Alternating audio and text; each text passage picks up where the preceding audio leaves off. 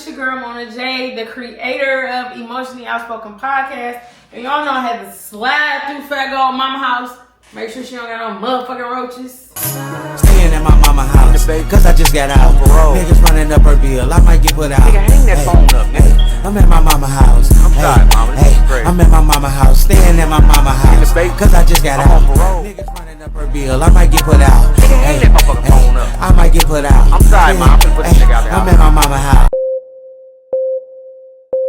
Ha ha ha, what's up y'all? It's your man's Fat Gold. We're reporting live from my mama house. Well, this is my mama, this her little platform, but we had to pull up to Mona J crib. Mona J, go ahead and tell the people who you are, sis. What's up? I'm back. It's your girl Mona J. And it's been some time, but we're here today to honor my lovely, beautiful friend and to just get this podcast rolling once again. Like I said, it's been 2 years. Let's get into it, Fat Gold. What's up, bro? What's up, sis? So like you said, we here to, honor your friend that was lost and, talk about her, First and foremost, I'm a Muslim, so I'm going to say, may Allah shed light in her grave. May Allah widen her grave and protect her from the trials of the grave. So you lost your friend. So can you go into details? Do you feel like going into details, telling us what happened? You want to just talk about that she was gone or, how you want to lay it out? So I'm just piggyback on like how it all came about. So back in, I say 2021, I had a podcast. It was called Raw Weekends. I had collabed with another chick or whatever. And back then, I didn't have a real solid foundation. It was just me ripping and just going and going. But years after that, I landed in a bad spot and I literally got a vision. So I was like, all right, I'm gonna rock with it. So back in 2021, JC jumped in my inbox like, what's up? I'm back to watch your podcast. I know everything going. JC, that's your friend? Yes, Josiah, rest in peace. Today is actually the second anniversary of her not being here with us today. So I want to share multiple things about us. So she said, I know you're going to touch many hearts. Like, I'm rooting for you. I got you. Like, I can't wait to, what's to come and everything. So she hit me with I make logos, I do this, I do that, I do business cards, all that. So tap in with me. So I'm like, all right. So first, I was a little like, I don't know. So I was like, I'm gonna jump on it. So we got to going back and forth. Before I jumped on it, we were just talking about how we both lost our moms and how we wanted to touch other people and how we just want to work with the youth and just do things in the community that other people is really not rocking with. I'm like, all right, I like that. So we started playing around with the logo. Man, she done sent me some ugly stuff. I'm like, bro, no, this ain't the one. We just... everybody be trying in the beginning. Yeah, we did about a good 5 or 6 till we got that one. And I was like, that's it. Right. So you feel me? At the logo, y'all see me posting, that's the logo. If you don't know, the logo is a heart, but it's a brain shaped into a heart, and got the mic. Emotionally outspoken. We're going to the purchase ascent. So I'm like, all right, we rocked with it. So she printed business cards. We had flyers riding around all the parks, in the city, east and west, trying to just promote this motivation, this healing, everybody coming together, working together. So I was like, okay, cool. We doing it. We rocking with it. I rock with the logo, been stuck with the logo, ain't changing the logo. I just been rocking with the logo. So that's how we got the logo. Then after the logo, she let me know, like, okay, on the business side of things, I got you. Like, cause that wasn't my focus. She like, you the face on the business. On the back end, I got you. So I'm talking about pushing me every day. Get up and do this, get up and do that. You got this. Like, I'm here to let you know or to remind you who you are, cause you seem to forget. So every day she would tell me why she in my life, because you are forgetting who you are. I'm telling you, I wrote you. My girl said, hey, this me again, because she used to always write me, pure stranger, and there's always a stranger who really believe in you and gonna touch on that when they see what they see. So she saw the best in me regardless. Jumped on and reached out. So she always was, you gotta do this, you gotta do that, pushing me. So I said, all right. So me being me, I'm like, I ain't ready to start this podcast, JC. What you mean you ready? I said, I ain't ready, bro. I don't got this, I don't got that, I don't got... She said, hold on, let me tell you something. You don't need all of that. I said, I do though, bro. I'm telling you, bro, Right. I don't want to. She was the first person to be like, bro, you doing it out your crib, bro. You gonna start at the crib, then you gonna get the building, money. Exactly. Don't trip, Yeah. bro. You gotta do it right now. I'm like, bro. So she pushing me. So while she was pushing me, I was making skits, making content just to really promote what we had going on. That wasn't even so she The hit me initial up one thing. day like, oh, you gotta keep going now, you gotta keep doing the skits. I'm like, no, bro, this is just, promote the podcast. She like, no, that's it. So she pulling me, pushing me every direction. You is on the podcast, but you're gonna keep doing these skits too. Just I'm talking about every morning, hit me with a good morning text, good morning, beautiful, it's gonna be all right. Just I'm talking about literally an angel on your back every day. You gotta, I'm talking about I made it my business either before or after dropping my kids off every morning. I was creating content. I was really promoting what we had up and coming. On top of, we had a nonprofit organization that we were supposed to start. We had a lot of beautiful upcoming So things. basically, she was a big part, a big boost, and as far as you already had the vision for it, but like she's a big part in you looking like I'm gonna keep going, or I'm gonna even have this drive. Absolutely. Even them days where it's like I used to tweet about it's so funny because it really always just takes something bad to happen for you to really, because she used to tell me, don't worry about the views, don't worry about the likes, don't worry about who don't support you. I'm supporting you. None of that don't matter. Even if you touch one person, you did your job today. Like she always said, it don't matter if 2 people feel you. Guess what? You did your job today. Like, you're right. Start making sense because I was tweaking. And that last skit we did, before the accident, it was just me and my boys. It was a Friday skit. Mm-hmm. It went that was my favorite skit by you. Like, you feel me? Y'all was confident. I know, and that's what she shot that. No, my neighbor, my previous neighbor shot that, but she was definitely encouraging me to do the skit. Yes, exactly. I was like, I'm really just motivating people and speaking life into people to promote what we got going on, but I ended up being funny on some, and she like, just keep going. So I'm like, all right. So we actually did the skit on the 30th, which was a Thursday. And I was like, I might as well post it tomorrow because it's Friday. Right. So I ended up posting it on that Friday 2 years ago. And it went viral. Yeah, it was crazy. supposed to. We had the babies in there and everything. Yeah. You was like, you had some real creative director involved in that, because a lot of people don't know, like, people looking like, how you gonna get a ball head trying like Debo? You knew to put the stocking cap on. It's funny being creative, you know what I'm saying? Thinking fast. I liked it that way. It's like the creativity come, and it's just crazy. It come. I felt like it was there when I had JC, in my corner. It was just flowing. It was just flowing. Like she used to watch my videos, and she'll call me, like not the skit, but just the regular motivational videos. After I guess she watched, she'll call me like, if you talking about me, just say that. Like everything I'm saying so related to her life. Yeah. She's just like, if you talk about me, just say that. So we laugh on the phone. She's like, I got you. Like just knowing, and still have to know even to this day, like knowing that she was here.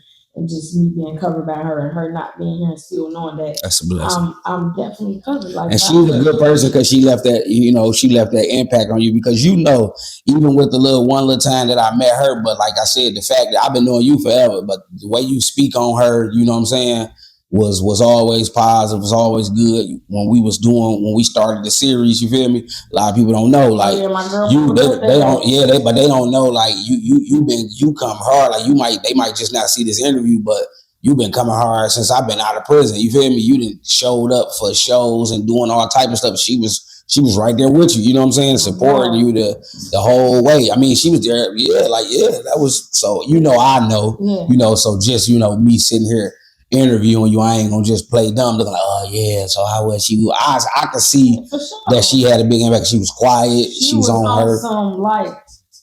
She was on her 122, and I don't really want to like. My dog had a journal, and it was called Process That Trauma. She was. I was on her too, because I'm like, bro, that's deep. Like that touch deep. Like you need to get and do that. So she was working on that for sure. That was definitely in the making. She just we was on that together. That back and forth. That let's make a difference. Like how much she got an impact on me in my life.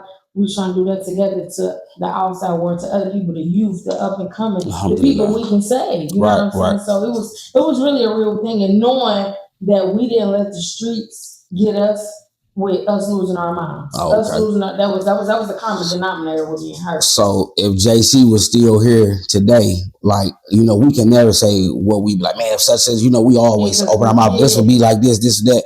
What do you like? What would be your plans? Like if your friend was still here today, what would, like, now that she been gone 2 years, where do you think y'all would have been right now?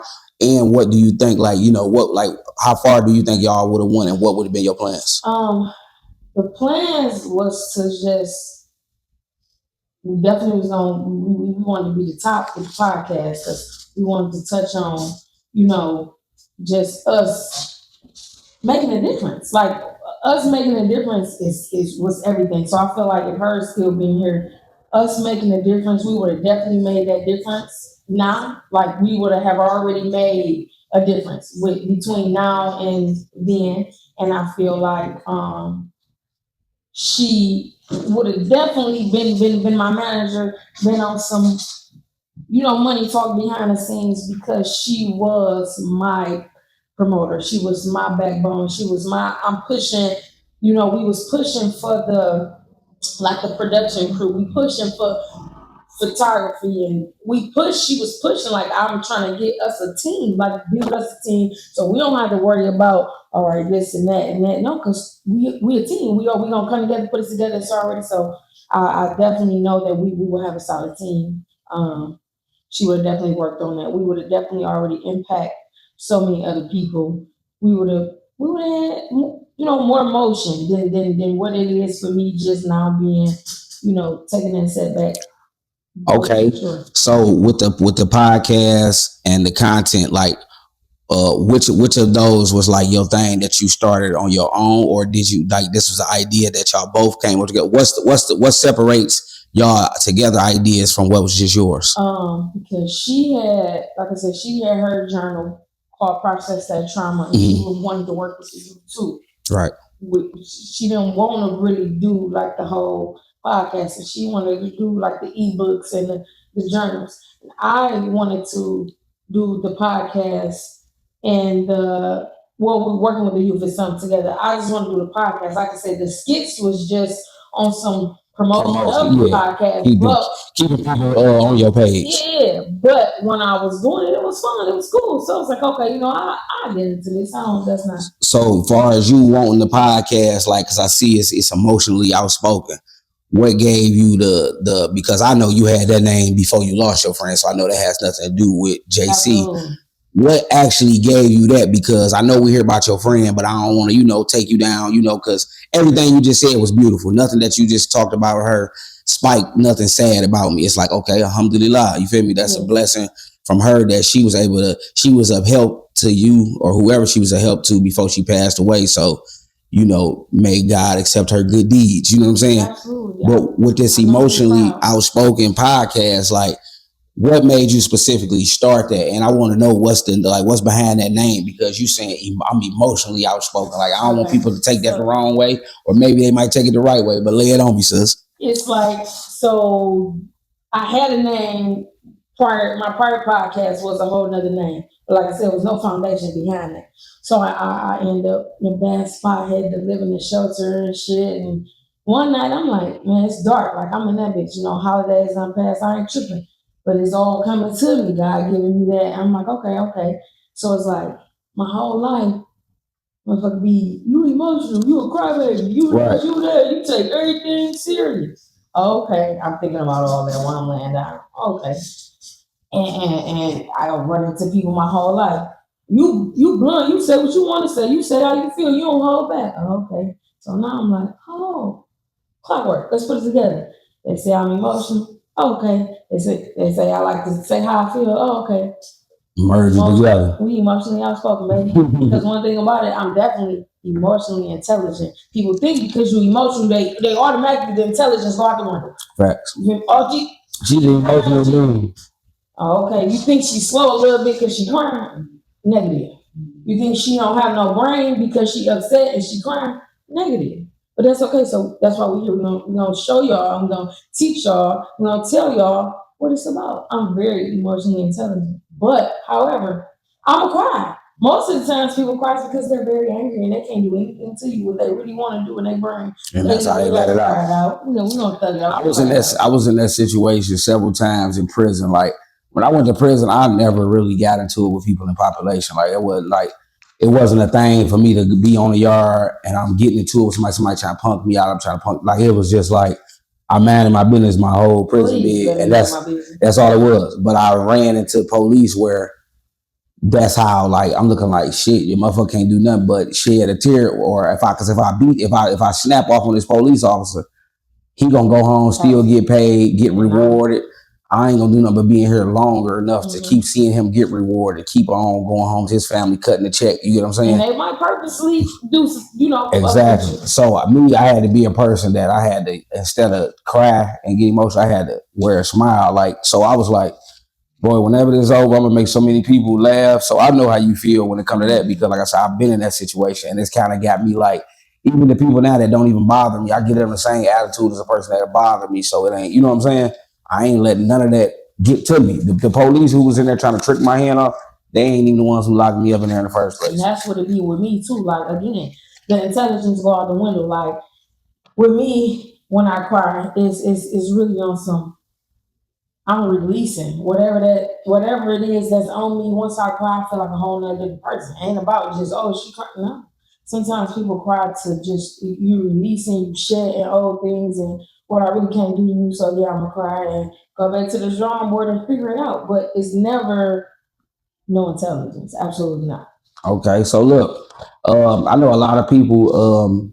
They take their platform serious, and meaning when I say take it serious, not like the people that's just like the antisocial people that's on social media. I know what you're saying. When it comes to your podcast, like the people that you want on, I know a lot of people just throw their money around and invite people, or a lot of people just pay their money to come be seen on there. You know what I'm saying? Like, what is allowed and what ain't allowed? Like, what do you know what I'm saying? What do you discuss on your podcast versus the things you don't, or is you a person that's like, you open to whatever? Because I know some people, when they get in that cool vibe. Like some people, they got their platform, it target on empowering women, right, uplifting men, gossip, bull stuff. Right. You know what I'm saying? So my goal, because when you're having a conversation, sometimes you can tend to end up on another topic. But my goal is to really like motivate, touch, and heal others, but really just a safe space, a safe haven for them to really come and let it rip. So you ain't looking for Miss Booty Hole Brown them to come on your podcast just to promote their sexual album? No, Miss Booty Hole Brown don't want to heal, but they want some motivation and some love.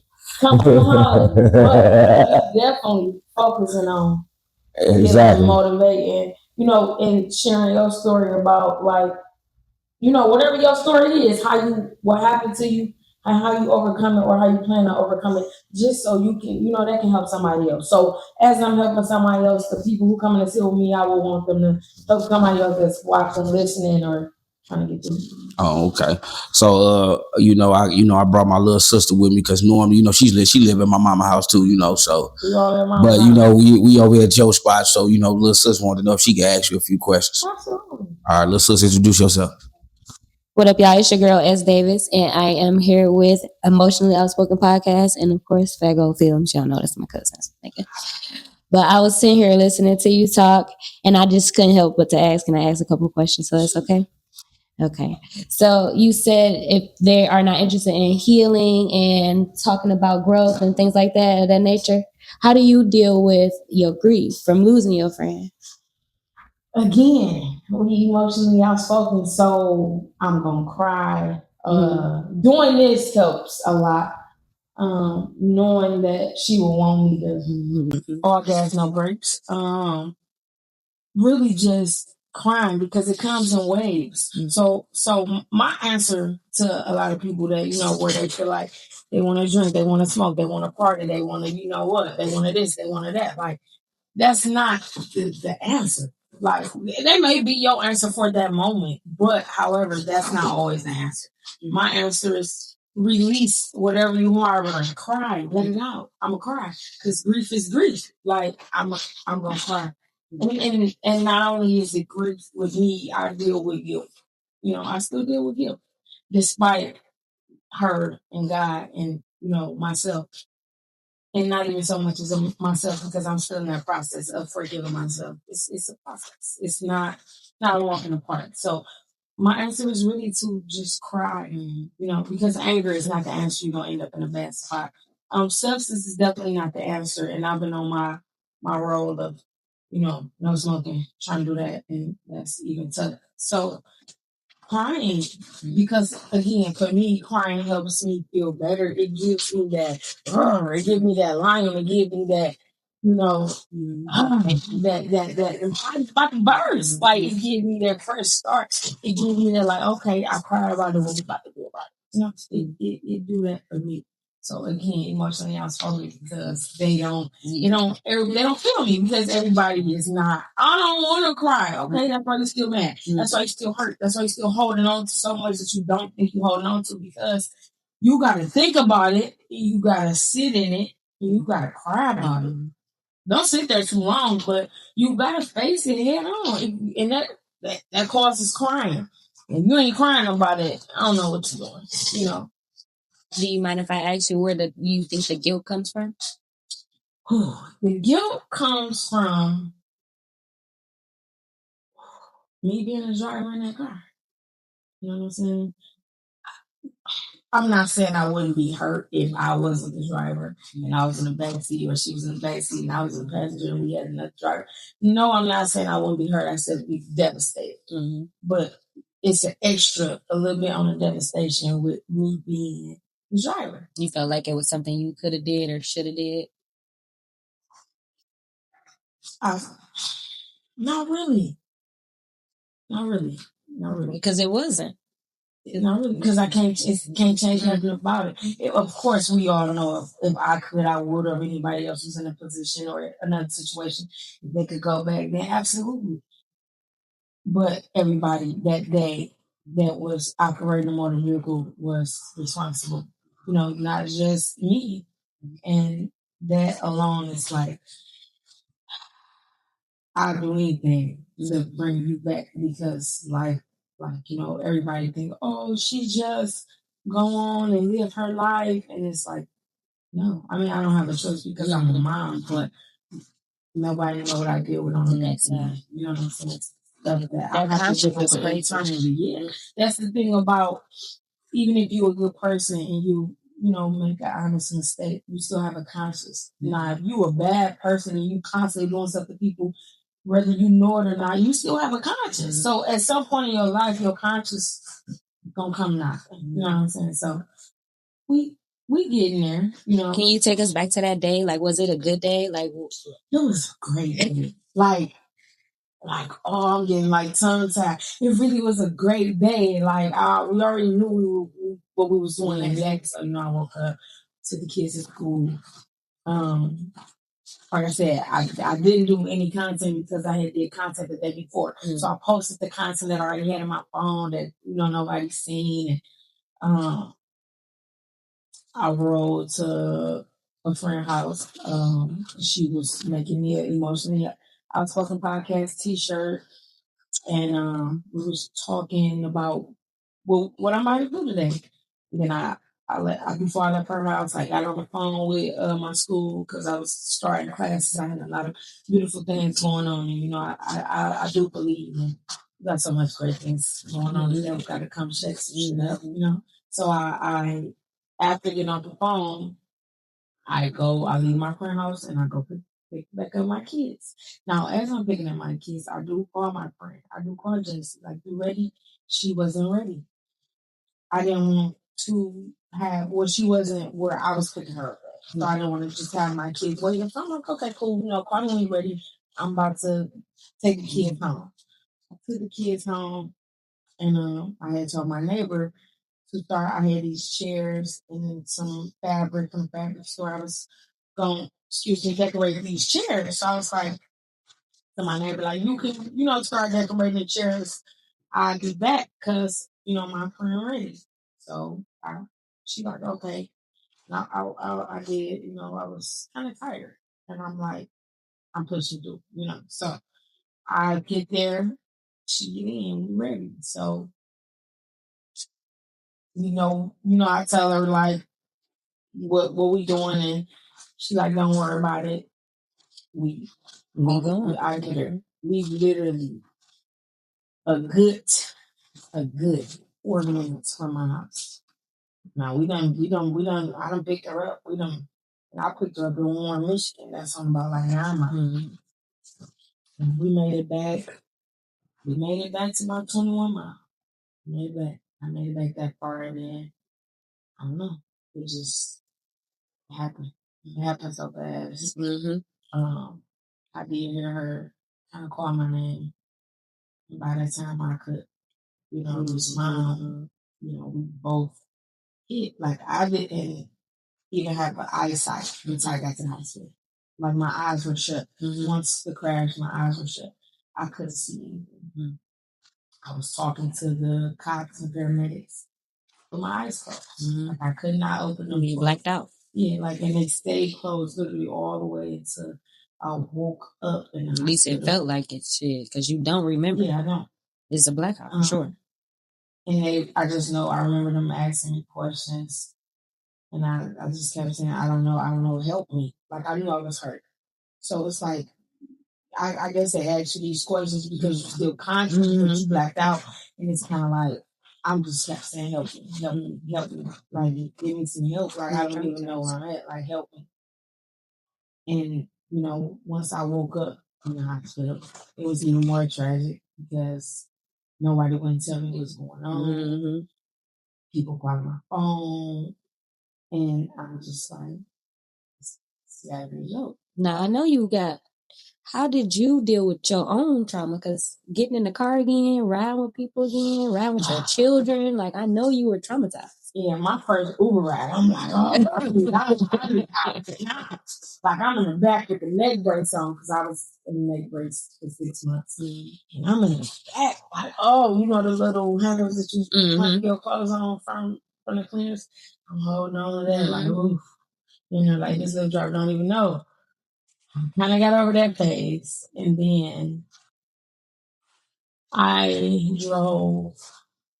asked to drive my kids, drive my car to the store. Now, first, my daughter was like, she needs some stuff for her project, and I'm like, nobody wouldn't take her, and I was kind of like forced. I'm like, okay, literally, seatbelt, both hands on stone rule, driving Miss Daisy, let's get it. We'll get there when we get there. I still don't drive the freeway. Don't get in with me, meet me there, beat me there, baby. I'm gonna take my sweet time. Even though my accident happened on the street, I don't ride the freeway. It's my anxiety. It's too much going fast. It's a traumatic experience. They say healing don't start till after. Yeah, and then I suppressed a lot of my emotions and a lot of healing because I was pregnant. I was pregnant when the accident happened. I was already pregnant. Did you know? Yeah, I had just found out. And JC like, what you want to do? Because my girl had one son. I'm really sorry about that. But she was like, what you want to do? I'll take you. I'll be your driver on 8 Mile, or if you want to let me help you take care of this baby. And I was like, I don't know. I was like, I'm about to ask dog for half because this ain't that. And I promise you, literally a week, 2 weeks later, the crash happened. And I'm like, oh, God. And I was adamant on, and they like, no, we don't think that's a good idea. Like, because I'm like, there's 2 surgeries, it's crazy. Abortion is in full effect right now. They're like, absolutely not. Like, you got fractured ribs, your neck messed up, your liver is bleeding. Like, absolutely not. I cried again. Did it cause any injury to the baby? No, he was still tucked and ducked. My watermelon baby. He was literally so. I was real early. I was still first trimester, but it was. I cried again because it's like it suck. I'm stuck. I'm really stuck for real life. This is not a game. And then I thought about Now my girl who gonna be there. And being pregnant, you emotional. I had to suppress so much because I didn't even want my baby to, like, I had got so skinny. Like, people probably thought I was on that Mhm. baby. I'm like, What's ooh-wee? For the viewers, what's ooh-wee? That's stuff. I'm like, this ain't, I'm so skinny, lost so much weight, but then I was like, okay, I wasn't crying. I wasn't trying to, I was just thinking about right then and there, whatever is going on right then and there. That was my main focus because it's like, if I get to thinking about my friend, I get to thinking about what I did, I get to thinking about what happened, I get to thinking about what, I'm gonna lose it, and I'm gonna lose my baby. I'm gonna be just jacked up, and I pushed through to the end. Like the end of the pregnancy is where I decided to, you know, just live in my skin, live in my truth, and try to enjoy the end of the pregnancy because it was tough. Literally, JC died today, 2 years ago, and 3 months after that, in September, I lost my sister. So it was like a double whammy. So dang, that's because I seen you through it all, sis. But I want to know, like, how hard was it for you to go ahead and be like, all right, with me removed, because I seen you remove yourself from the media. You know what I'm saying, for a nice little minute. Like, how does it feel? Trying to come back. Like, do you feel like, okay, I've been punishing myself for too long? Yeah, I do, and I do feel like when you go through a tragic experience, you always really worried about what a bunch of nobodies gotta say or what they gonna think, and it was kind of like mentally, I was just in a dark space of like not having my road dog, like not having her is kind of like, I feel like I'm lacking. I feel like I don't know what to say. I feel like this. I feel like that. Like Right. I'm, just throwing myself for a loop on that hamster wheel, talking myself out of what I should have never stopped doing. But mentally, I felt like I needed that break because I felt like, how can you come motivate and uplift somebody and really mentally you're dying right now. Like, I'm gonna need you to tap in with yourself. Yeah. So do you feel like you doing this because you not tucking it under the rug, or you doing this, you doing this, do you feel like you're doing this because you feel like, okay, it's the best move for me, let me stop grieving and step out of it and get back to what I do, or you just looking like, I'm trying to sweep this under the rug? No, this the move. The move is keep going. Should have never stopped. But the move is I also am on the end of my case. I had my last court date, and it was kind of like I can put this behind me now and move forward.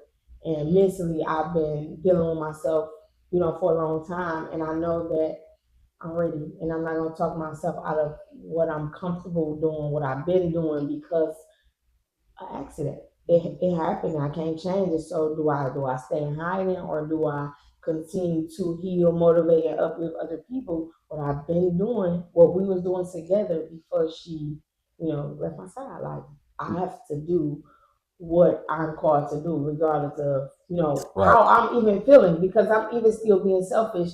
Them days where I'm talking myself out of it, and if somebody else could use something that I'm trying to say, but now I'm talking myself out of it because of what I've been through. Exactly. That whole testimony then.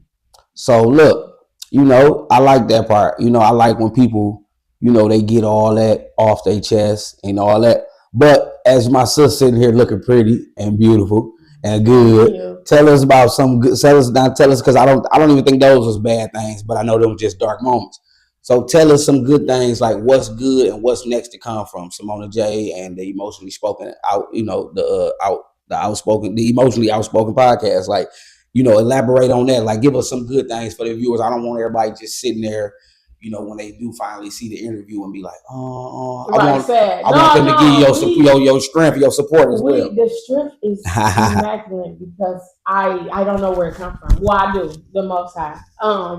It's beautiful. That's one of my greatest qualities. Like, I'm always going, even if in certain seasons it's real ugly. And you got people doubting you, then you start doubting yourself. But the strength is like, it makes you just feel like I'm ready for whatever. I can overcome. Like sometimes I do get tired of hearing, "Oh, you're the strongest person I ever met." Please don't tell me that. I don't like to feel no stop. But however, I love that about me because you got people that are try to, poke the bear or things that life that you face with.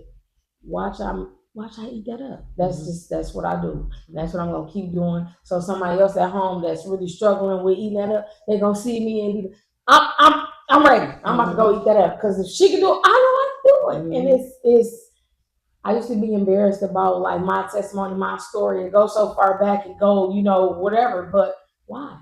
Because the same people that's projecting or whatever, they sweeping it under the rug. And see me, emotionally outspoken, we pull things from under the rug. We gonna address the elephant in the room when we get there. So that's what we doing. But the Hold on, let me address the elephant in the room. I like them boots. I just go ahead and say that. Thank you. So you know what I'm saying? Got the little fat boots on right now.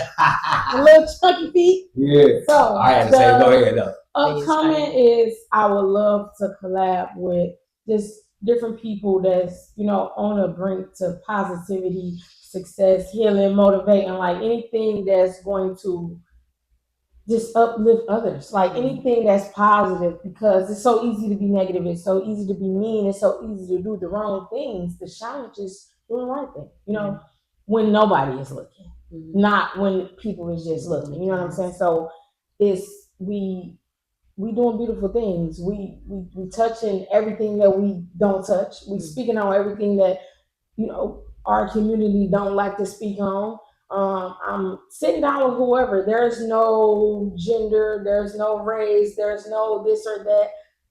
If you want to sit and you want to talk and you got a testimony, you want to share your story and you want to talk about what happened and how you made it through and how you plan to come through, or just to even a safe space for you to let it rip. That's what we doing. What's your Instagram, sis, for the people who is watching? I'm gonna go ahead and put it on the screen. My Instagram is Emotionally Outspoken Podcast. My Facebook is Emotionally Outspoken Podcast, but I also have the main page is Johnson Simona. The TikTok is Simona Johnson. The YouTube is Emotionally Outspoken Podcast. I think that's all the socials I have. Okay. That's ignorant, sis. So if they want, that way other people can go and look at your content versus just being like, follow, share, and subscribe on all platforms, whatever you need to do. Please, if you're looking for some funny, motivational, uplifting, bring that light when it's dark on you, follow me. I got you. I'm coming with the flashlight because you over there, you sad, and I'm coming with it. So what, like they got like what they got to do is just DM you and sit there and wait, like how they wait for everybody else in the DM, or do it's a link in your bio? Like how do they? I do got a link in my bio on Facebook and Instagram for the YouTube. Other than that, you could just follow or add subscribe or whatever.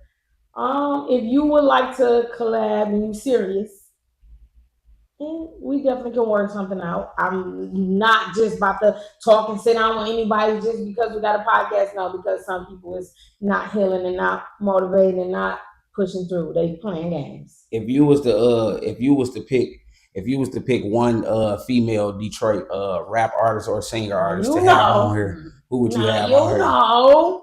Who? It's Katie. Now I gotta sit down with Katie because she really a boss ass woman, and that's definitely a room to be in. And it's Detroit for sure. It don't get no Detroit, and that don't take no light off no other females. No other person at all. But I will say, between her and Deja Loaf, I would love to sit with either one of them. We from that way. Yeah, we definitely, 48214. Okay. And I'm glad I ain't even have to coach you into that. I'm like, you felt it like I naturally felt the chill bump. But okay, so that's the female. Now, if you was to have one male rap artist or singer from the city, which, we really ain't got much. So I gotta give it to my boy because I ain't even write out my vision board, but they been in my brain on my vision board that I ain't do yet. But Skilla Baby. Skilla Baby. Gotta come sit with your baby. Because my dog is real spiritual and he paving the way for the young dog. I'm gonna make a dua for you for that. Yeah, inshallah, that you get that interview one day. Oh, bro. You feel me? That's we talking right there. Okay, so what's your favorite restaurant to eat in Detroit? Like specifically, I'm not saying favorite food. I don't want to hear the Coney Island. That's our all. I don't care if you're from east, west, north. That's our bailout. Anybody can say, oh, Coney Island. What's your favorite restaurant to eat in Detroit? No matter east, west side, don't matter. You gotta be Detroit. Not out of Detroit, but I'm saying I mean, it could be in our surrounding counties because you know the whole That's what I'm saying. Michigan is Detroit now. Yeah, that's what I'm Yeah. okay. All right. whole state is Detroit. All right, I love that. All right, let's take it in. I ain't gonna lie, my quick little woo on some solo. I'm ready to get that right now. What? I ain't gonna lie, Red Lobster. That's my little Red Lobster. woo-woo. But see, Red Lobster is not Michigan founded. Okay. Like, so I like, you know, somebody in another state might be like, I need Red Lobster. You get what I'm saying? Like when I say Detroit, meaning like it could be low. Like, what's your favorite local Detroit restaurant? How about that? Like, if you just like you ain't, if you like, even if you don't really gotta eat local food like that, like if you gonna go local, what would you eat? See, I'm burnt out because I don't have one, but my old one that I got burnt out on, it was Starters. Starters. That was mine, but I'm burnt out. Yeah, because Starters got that. See, me, when I go to Starters, I got that little platter that got everything on the chicken strip burger, all that. I'm kind of burnt out too, you feel me? But me being Muslim, you know, I eat all my food halal, so I don't, you know, I got, it got to be Middle Eastern food, you know, if I go anywhere. I really don't have, because I'm so picky, it's like, well, how about this? What's your favorite thing to cook then in your Detroit home? Steak, salad. You can't go wrong with steak bites, mashed potatoes, and salad. Like, that's the signature. That's okay. You can't so you mean tell me, so basically, in other words, if somebody came and got interviewed with you, when they spend their money with you, it's worth it because the time gonna be good, and if they forgot to get something to eat, they can trust your cooking. Absolutely. What? I get in the kitchen. What you mean? Let me know ahead of time so it can already be, you know, prep. And then when you done, I'm on the stove with it. Okay, then. You might do that live. That's what it. Hey, nah. We need to sit down and do some of that. You feel me? Because I feel like a lot of girls let that little cooking stuff run away because of the cooking with Kyra stuff and all that. No, do that. It's a dude out here right now, Carl. I like Cabinet Carl. He got the aluminum foil pans. Like whenever you see people cooking food, if it look good, he'll lay the aluminum foil pans out, and if they food look trash, he's slapping the pans like he's knocked their food down. Yeah, you gotta get hip to him. He's all over Facebook. Yeah, he's not. You don't like it. It's because it's like he in the food algorithm. All his content is funny, but it's about food. You feel me?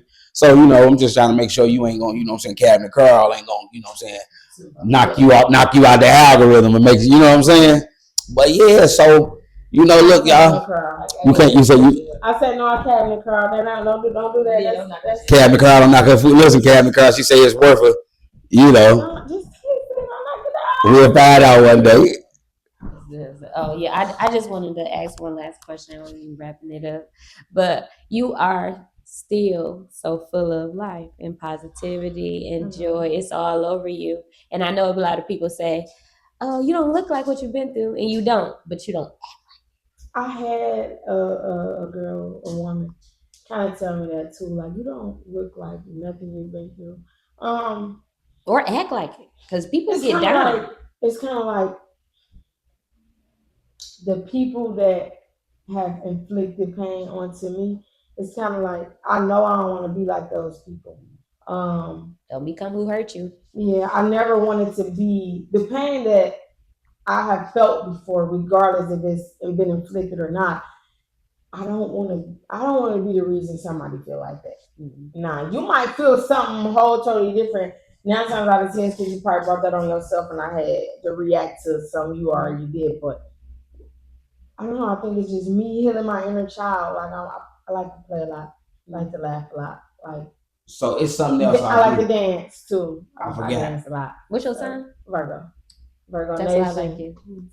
She ain't no. If she ain't no Virgo, she boring. Man, ain't nobody trying to hear all that. It's like, nah, them Virgos about their business. Them Virgos, nah. They, you know why they hate us? Because the intellect, babe. I don't know why they can't deal with it. So bad. I'm like, damn. So I'm gonna ask you this, you know, because I don't want to leave without asking this, because you know it's a beautiful thing, and you know, like you said, you told me about this after we was out of school. So you know, you did mention that you lost your parents. Yes. So I want to just ask you this, because I don't want to take you through nothing sad, because I see the beautiful growth, because I never seen you with your parents. You know what I'm saying? So I see, no matter what, them here or not, I see that on you. Do you feel that you at that point in your life where you feel like, okay, I know my parents gone, but I'm straight. I'm doing something good. I don't feel as if they gone and my shit, I'm just in shambles. You know what I'm saying? Or how was even that? Even when so I lost my mom when I was 13 and I lost my dad when I was 16. So being a teenager, you really kind of like, again, sweeping under the rug. That was a sweep under the rug. You're not really processing anything. You're trying to get through high school. You're trying to get through life. And if you're a teen mom, you're trying to get through that. Like, it's a lot of stuff to get through that really process what just happened or what's happening or what has happened. So it's like, okay, so my sister ended up triggering all of that. So I had to go back into that and like, exactly. You know what I'm saying? But I'm not gonna say I don't think about them because I think about them every day or they'll run across my mind. But I don't really feel like I'm in shambles or when things are in shambles, that's the only time I feel like, oh, I need them. Okay. You know what I'm saying? Like if nothing is going wrong or if it's something that I can that's handle, not them not being here is not something that drags you to think like when something goes bad, why don't I have them here? Yeah. But when things do get, a little get heavy, I do be like, okay. Okay. Because it's me not having that village, and just even if I just had them two, that's my village. You know what I'm saying? So not having a village is the biggest thing of why, again, I wanted to work on, just doing my podcast because I want to be somebody's village. Like, just safe haven, safe space, like come let it rip. Like I get it. I understand not having that village. Or not even having that safe space because people are so surface level. I don't really indulge in conversations that are really surface level. Exactly. You ain't got no depth to you, I'm gone. Right. I'm just going to have him back. Like, because what we talking about? So you feel you got this with or without your parents? I got it because I've been having it for so long. I do believe that most people say, oh, women, had kids for the man or to keep a man or they want the family. Yeah, I always want the family, but my kids are my family. Okay. Like feeling that love that I feel like I don't have from parents is like they came in and they unconditionally. Unconditionally is a different type of love. So. Okay. So look, y'all, my homegirl, she held that down. I ain't see a tear shed. I ain't hear her stutter. I ain't hear her mumble, man. You feel me? She got through, she spoke on a lot of loss. And I want to say, may God, bless all your family members that's in the grave. You know what I'm saying? Protect them. You know what I'm saying? May He always have somebody to pray for them. And may God continuously keep you getting through whatever you've been through and, keeping you strong because like, me knowing you personally and seeing how you stayed away from everything, like you even denied me after stuff we done did. You was like, bro, not right now. So I personally know no matter what nobody can say, think, or feel. You feel me? You might as well have. Yes. So I want to, ask that Allah, bless you, bless your home. You know what I'm saying? Increase you in good energy, good motivation. I pray that your story can help, anybody because some people don't even know where to go to. Saying.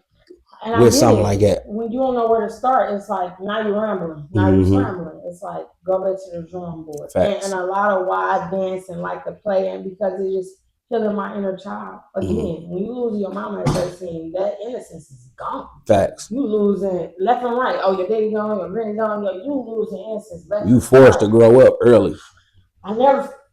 Just real quick before we wrap it up. I never fit or got into friend groups because just the energy, it was always, I knew I had to grow too fast. So what I had going on in my mind, and they didn't get it. So I never fit in. Like that wasn't my thing. You've been like that since high school. I seen you, bro. You was a teenage parent. Holding it down by yourself, doing you wasn't with her. You wasn't even in no nigga's face either. Like it was just like that's why I took a liking to you. It's been like that since we was teenagers. Real time, it's been my R&Ds forever. Like they know acronyms. So yeah, y'all, this Fat Gold and my little sister, you know what I'm saying, Pooh, S. Davis. we had to slide through. You feel me? Holler at Simona J, man, and let her, you know, clear the air on a few things, get some things off her chest. Baby. So long live JC, your sister, your parents. You feel me? And everybody that's watching, man. May God bless y'all homes and protect y'all and any family that y'all lost, man. You know what I'm saying? We pray that they are protected from the trials of the graves as well. So, like I said, man, it's Fat Gold, and this is my mama house. We did that special interview at Simona J spot, and we out. Peace. Make sure y'all subscribe, share, like, comment, tell your mama, baby, daddy, and everybody else about it. Emotionally Outspoken Podcast. Rest in peace, JC. Staying at my mama house, cause I just got out. On parole. Niggas running up her bill, I might get put out. Nigga, hang that phone up, man. I'm at my mama house.